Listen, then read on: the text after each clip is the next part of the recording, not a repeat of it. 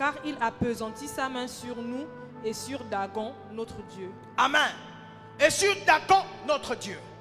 Je comprends que la guerre qui a été faite est toujours opposée contre le camp des Philistins. Et je me suis demandé d'où viennent les Philistins et pourquoi ils adorent Dagon. Et d'où vient Dagon et qui est Dagon. Je me suis rendu compte que Dag en hébreu veut dire poisson. Et quand je fais des fouilles plus loin, archéologiques, je me suis rendu compte que Dagon était un sirois. Il avait un buste humain, il avait la queue d'un poisson. Alors je me suis rendu compte qu'en fait Dagon était un sirois et que depuis longtemps les Philistins servaient le monde des eaux et que nous sommes depuis en combat et en guerre contre le monde des eaux. Vous avez constaté que la débauche a commencé à prendre une tournure. Vous avez constaté que la pédophilie, on a dépénalisé cela au Gabon. Les PD peuvent marcher. Les PD, ils sont là. Ils s'embrassent. C'est légalisé. Une abomination. Regardez l'œuvre de Jézabel qui rend légal quelque chose qui est illégal. On commence à s'accoutumer à quelque chose qui a pu. Je vais vous dire une chose. Même si on ne voit plus Goliath, mais il y a des esprits qui sont là. Il y a des Dagons au milieu de nous qu'il faut qu'on se lève comme David pour le vaincre. Il y a des institutions qui sont des Dagons. Il y a des ministères qui sont des Dagons. Il y a des États qui sont des Dagons. Il faut que l'Église arrive à se lever face à ces entités, face à ce système. Quand Jézabel a commencé à dire c'est assez, on est en train de nous menacer. Qui sont ces circoncis? Qui sont ces incirconcis qui viennent dans un état où il y a des hommes de Dieu légaliser l'homosexualité?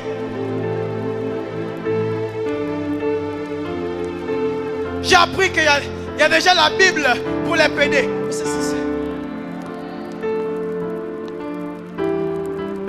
Il y a d'autres qui ont fait même une marche. Ils ont dit Jésus était gay. Abomination! Je sais que vous êtes en train de me regarder. Peu importe. Vous n'allez pas me trouver.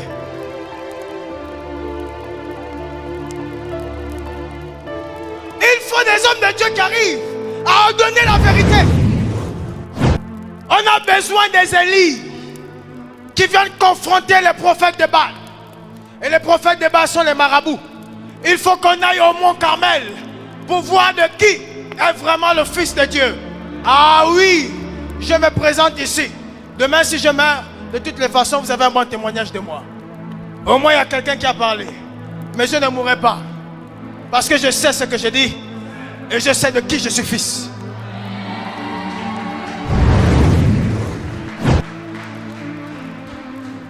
Aucun marabout n'est plus puissant que Dieu. Je vous parle et je vous fixe dans les yeux. Aucun charlatan n'est plus puissant que Dieu. Aucune divinité n'est plus puissant que Dieu. Aucune. Jésus est tout puissant. Et essaye de dire qui est donc celui-ci qui vient dire que nous sommes impuissants. Quand vous allez arriver, c'est des chars de feu qui vont envahir ma maison. Je n'aurai pas le temps de vous parler parce que les anges vont combattre à ma place. Je suis un roi, je suis un prince. Mon roi est le roi de gloire, le tout-puissant des armées, le lion de la tribu de Juda, l'agneau immolé, le feu, le quatrième homme. Laissez-moi vous dire qu'il est supérieur à toutes les entités. Comment ça se fait qu'il y a beaucoup d'églises dans cette nation et l'impact ne se fait pas? Jézabel domine dans l'église. Jézabel conditionne les prédications. Jézabel conditionne les serments. C'est quelle histoire? Un Philistin est arrivé comme Goliath. Il a dit écoutez, je suis géant. S'il y a quelqu'un parmi vous qui vient, Saül, le roi, le père de la nation, a reculé. Et quelqu'un qu'on ne connaît pas, quelqu'un qui était anonyme, parce que Dieu s'est caché. Il y a des rois, il y a des personnes qu'on n'a jamais vues, qu'on ne connaît pas, qui ne sont même pas exposées, mais que Dieu est en train de préparer dans le secret pour vaincre les Goliath et les Jézabel. Malgré qu'Élie est venu, il a dit, il pensait qu'il était le seul. Dieu me suis gardé encore d'autres prophètes derrière. Nous ne sommes pas les seuls, mais il y a une élite derrière. Pendant que je parle au nom de cette élite qui est en train d'arriver. Même si moi aujourd'hui, je n'arrive pas à terminer la course, c'est un relais qui se fera. Parce que les eaux d'Élysée a donné la vie à une autre personne. Mais eux aussi vont communiquer davantage. Oh, je pensais que je parlais à quelqu'un. Goliath va tomber par toi. Jézabel va tomber par toi.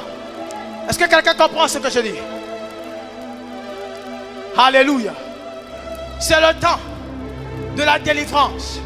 Non seulement de cette nation, mais de ta vie. Dans ce temps de la fin, nous avons aussi besoin d'une église sanctifiée. Il faut vous sanctifier, prédicateurs de l'évangile. Alors qu'ils ont pris ta vie, ils l'ont mis dans les eaux de l'Ogoué. Je viens retirer ton esprit. Par le nom de Jésus maintenant.